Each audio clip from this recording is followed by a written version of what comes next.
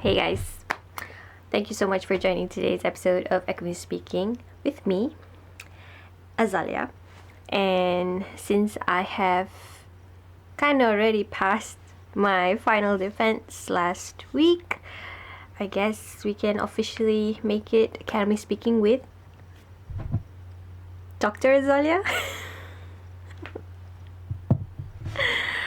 First and foremost, thank you so much to everyone who gave me their warm wishes. I really appreciate it. It was a great day. It was a great day, and it was a great defense. In my honest opinion, it was a great defense. I think it went well. I had very good discussions with my committee members. これくらい先です。意見に見ると長く見えるかもしれませんが、言語的にマレー語の言葉は英語と日本語よりちょっと長いので。And regardless of what the outcome was going to be after it ended, I did feel a sense of relief.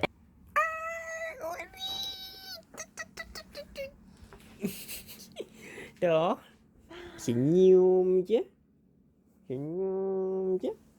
I'm glad that they know what it's about and what it's not about. More informed this time. But An accomplishment, and glad to report no anxiety breakdowns yet.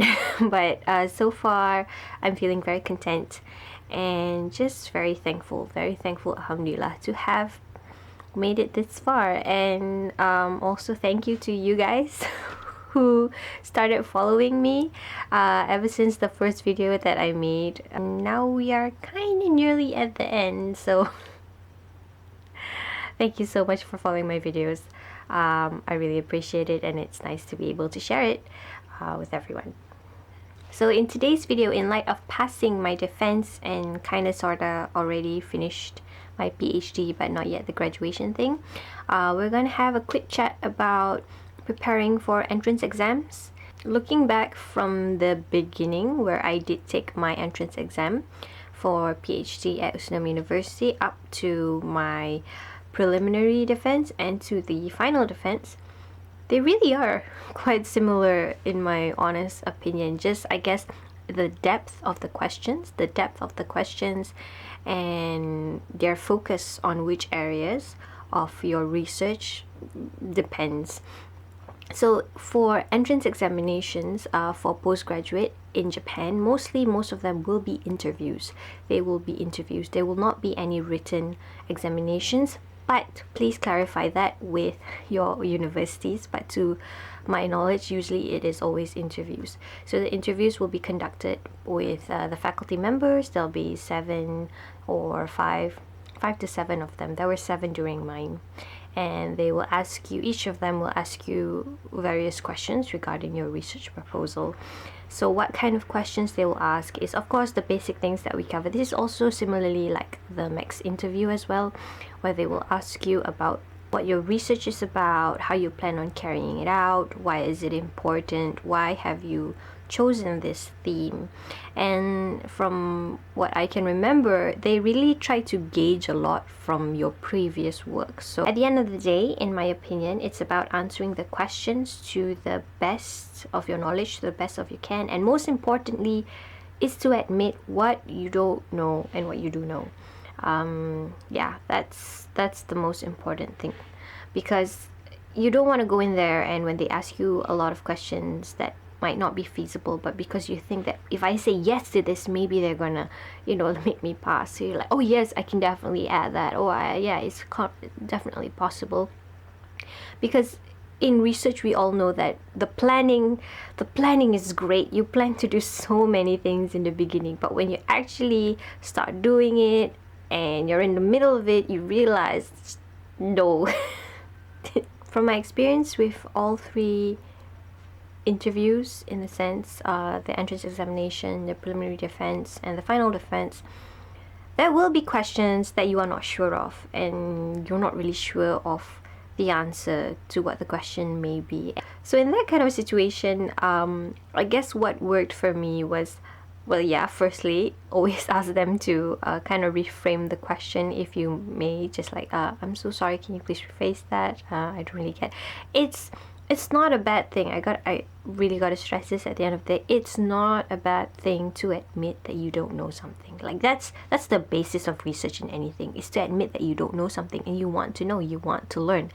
To be honest, that especially in my final defense at the end, I did feel that there was some questions that I think I didn't actually answer the question directly. I was like spinning it around a bit, but it's about telling them what you do know.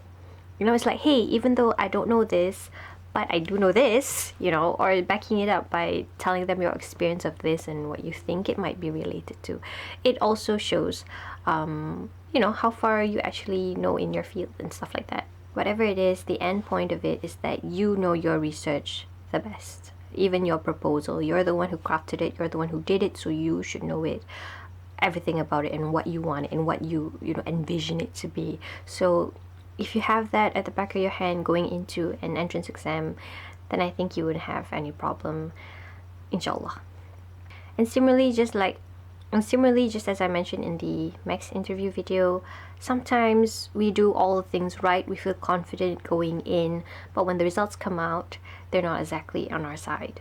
When I went for my entrance exam, there were 7 applicants. And only 3 positions available. Only 3.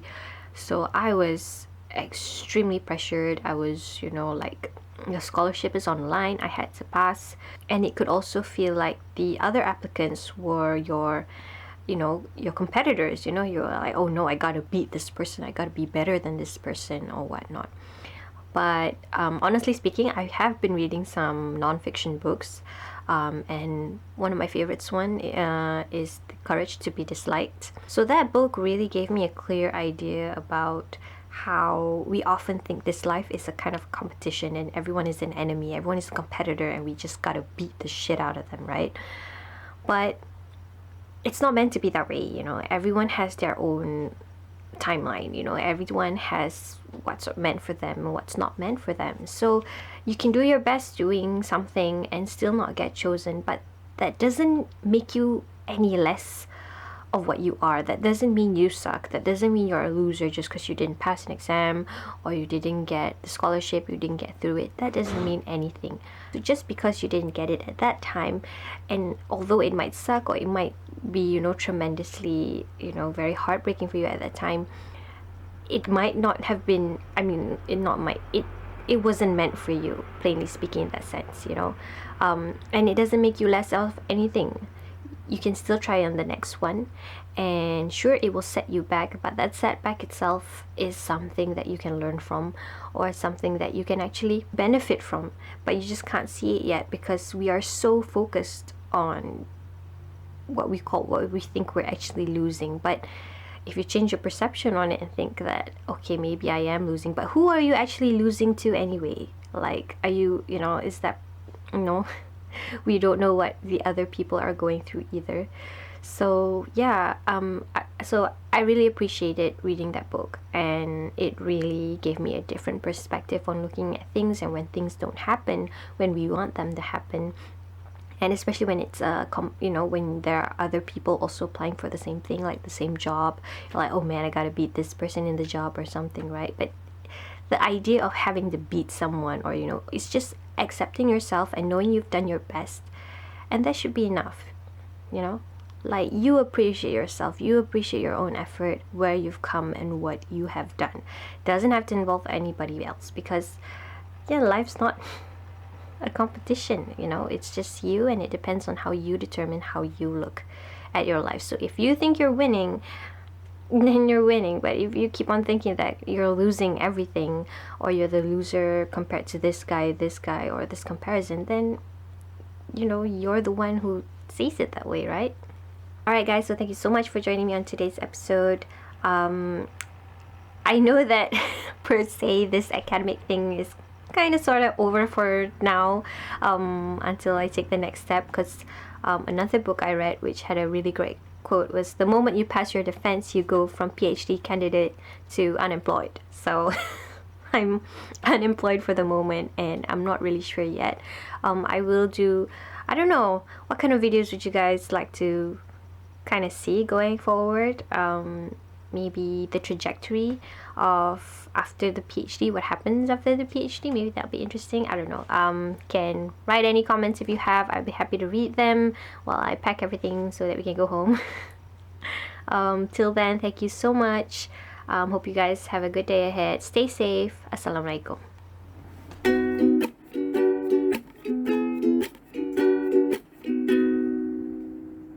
I'm a doctor.